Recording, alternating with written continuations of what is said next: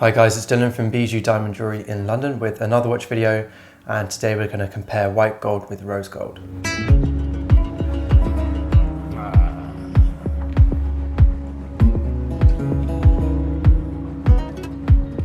So as with all my reviews, let's go back in time now and take a look at the history of these two metals. We're going to start with white gold. White gold actually dates back to the early 1700s. White gold essentially is an alloy of a few different metals with gold, standard gold, and the intention originally was to remove the color of gold, so it was basically a colorless precious metal. Various ways of doing that were alloying it with palladium, nickel, platinum, silver. There was a few different variations of white gold over the years, or grey gold. Kind of the one that we know today more so was invented or created in the 1920s. Or the early 1900s, but 1920s is when it actually became quite popular on jewellery. Not so much watches, but more so jewellery, and the reason being is because during the World Wars, platinum became very expensive, and as a result people were looking for alternative precious metals that had no colour. So the 1920s saw great popularity with white gold. It's actually remained pretty popular with jewellery solidly over the years. Yellow gold for jewellery has always kind of remained slightly above white gold over the years. However, in the last, I'd say, 10 years or so, white gold has probably taken over yellow gold in terms of popularity for jewellery by quite a considerable amount as well. It still today remains to be a very popular replacement or alternative for platinum because of its cheaper price. Over the years also, the way in which we manufacture white gold has changed quite a lot. Within the last 10-15 years, more so 15 years, brands have stopped, specifically watch brands have stopped rhodium plating white gold or grey gold. There used to be a method for white gold that we used to rhodium plate the white gold, and the rhodium plating would add a real amazing luster and pure white finish on that white gold. If you hadn't done that, then over time the gold would turn slightly yellowish or have a slight tinge rather than that pure white color. So the rhodium plating helps that. But what happened over the years was the rhodium plating would wear away and you'd have to have it rhodium plated again. So it wasn't that practical and wasn't the best. Brands started looking at ways to create a pure version of white gold that didn't require rhodium plating anymore. So Rolex created their own, Patek, etc., etc. All of these brands now no longer rhodium plate their watches. Moving now on to rose gold and looking at the history of rose gold.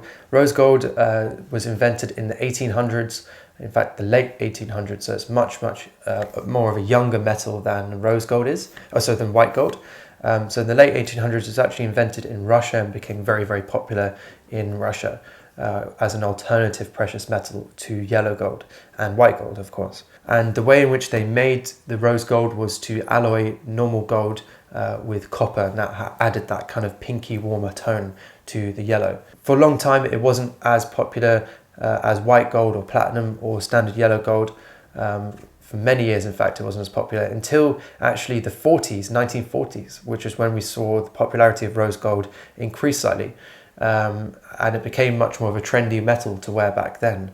Many more jewelers were creating pieces out of rose gold, and in fact Patek Philippe had been making rose gold watches before that as well, so it was actually a more popular metal around that time. But over the years it dropped in popularity and came back and dropped again.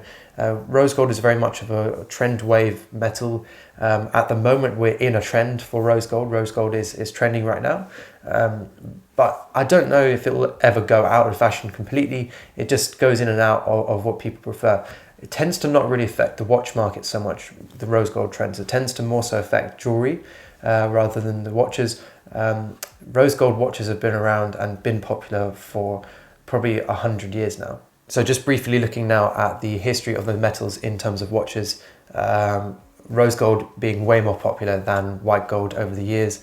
White gold has not been a popular metal for watches at all. Kind of only really became used in watches around 20 years ago, where it actually became more desirable in watches. Before that, most of the companies like Patek, for example, for their dress watches would use platinum because that was seen as the most luxurious model or metal, sorry. And if you're putting that on a very complicated high-end Swiss watch, you kind of want the most luxurious metal for that watch as well. Okay, so that concludes the history of these two metals. Let's take a look now at how they wear and behave on the skin and in light, etc., etc.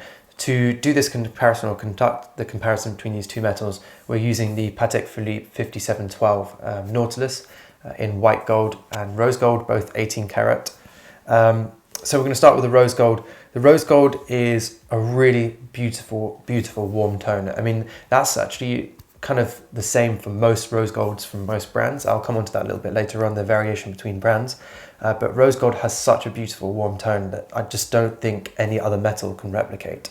I much prefer it to yellow gold. I love steel, obviously, because it's great for everyday use, but rose gold is a really, really special metal. You have to really see it in real life to appreciate how special it is. It matches most skin tones really, really beautifully. It doesn't matter how pale or how dark you are. It looks absolutely amazing on pretty much every skin tone. I'd actually say it matches many more skin tones than yellow gold does, partly because it has that kind of slightly softer, pinkier tone in there that just complements skin much better than it does, than the yellow gold does. Yellow gold is quite a harsh, obvious color, or very, very loud color that doesn't really blend into the skin or the wrist as nicely as rose does. But as I was saying, it really depends on what brand you're looking at as well, because the tone of rose gold changes with each brand. For example, Rolex has a very, very pink rose gold, or ever rose gold they call it. So that sometimes puts people off. A lot of our clients don't actually like that pink rose gold. They find it too much. And actually it's very popular with women because of that lighter pink tone, or that more pinky tone in the rose. Audemars Piguet has a much more yellow tone than Rolex does, and Patek Philippe has the most yellow of all the rose gold tones. You can see on this 5712 that we're looking at today that it is kind of much more of a yellow, or much more towards the yellow end of the scale. It definitely isn't as harsh and bold and obvious as yellow gold, but it's not quite as pink as the Rolex. Moving now on to white gold and looking at the white gold.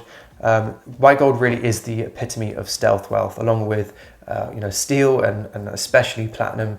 White gold is a really, really nice stealthy metal.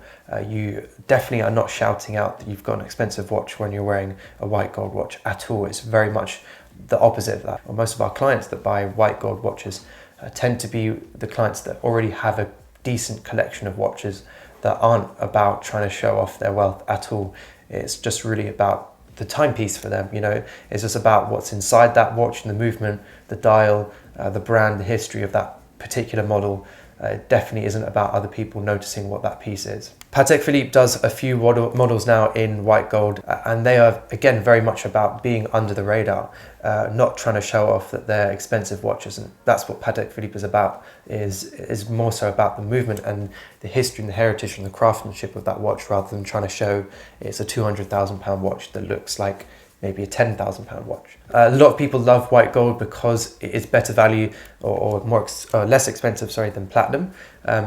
Obviously doesn't have quite the same weight and feel that platinum does, but it's very, very close to it. If you compare this white gold 5712 that we're looking at now with the steel 5712, the white gold one feels so much more hefty, much more luxurious. Even though the steel one features a bracelet, this one just feels way more hefty and weighty, and for that reason you feel like you're paying and getting more. Okay, so that concludes the basic features of each metal. Let's take a look at how they wear on the wrist now.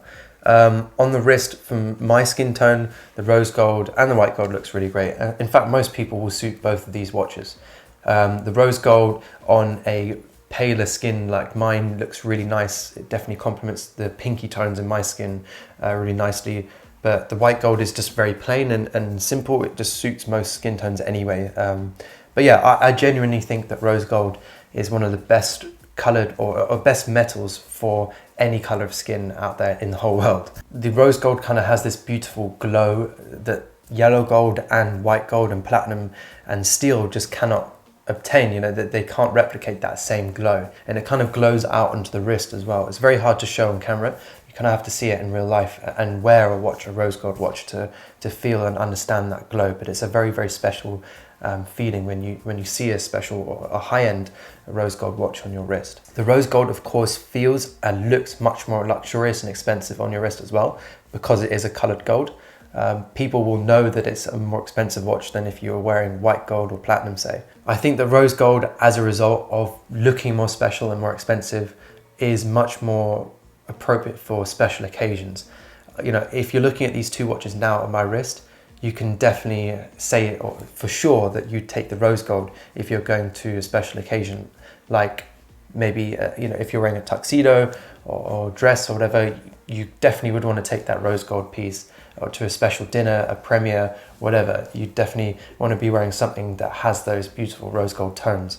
Having said that though, the white gold really does suit genuinely every occasion. I can imagine wearing this watch with shorts and a t-shirt on the beach. I can imagine it wearing it in a restaurant with, again, shorts and a t-shirt. I can imagine wearing it at the opera with a suit. I can imagine wearing a wedding in a tuxedo or whatever. You genuinely could wear this watch everywhere and it would look perfect. And that is the advantage of platinum, steel and white gold, is they really, really are appropriate for every single occasion. That is something that a lot of our clients, when they're considering these two models, or yeah, specifically these 5712 models, but more so just white gold and rose gold in general, is that the white gold is definitely something you will be wearing more often. A lot of our clients that buy the rose gold watches have steel watches, platinum watches, white gold watches, and they end up wearing those far more often than they do the rose, because they're afraid, some of them are afraid of other people noticing that they're wearing an expensive watch. And the white gold definitely doesn't make that, you know, it's very much under the radar. The rose gold is much more out there. So I think that really depends which one you should look at, or which metal is more appropriate for you, is when are you going to be wearing this watch and how comfortable are you wearing something that is obviously expensive like rose gold on a daily basis, on a regular basis, because that is a major factor when considering these two metals. Thanks guys for watching. Let us know in the comments which of these two watches you prefer, the white gold or the rose gold. I personally would choose the rose gold. I absolutely love this rose gold 5712. I think it's such a special piece, and I know if I was wearing it, I'd feel more special wearing the rose gold over the white gold. I think the white gold, as beautiful and amazing and versatile as it is, just doesn't feel as if you're getting your money's worth, if that makes sense, as much as it does on the rose gold. But let us know in the comments which of the two you prefer. And as always, if you're interested in either of these watches, don't hesitate to contact us. Our details are in the description and also at the end of the video. It'd be a pleasure to call either watch into stock for you.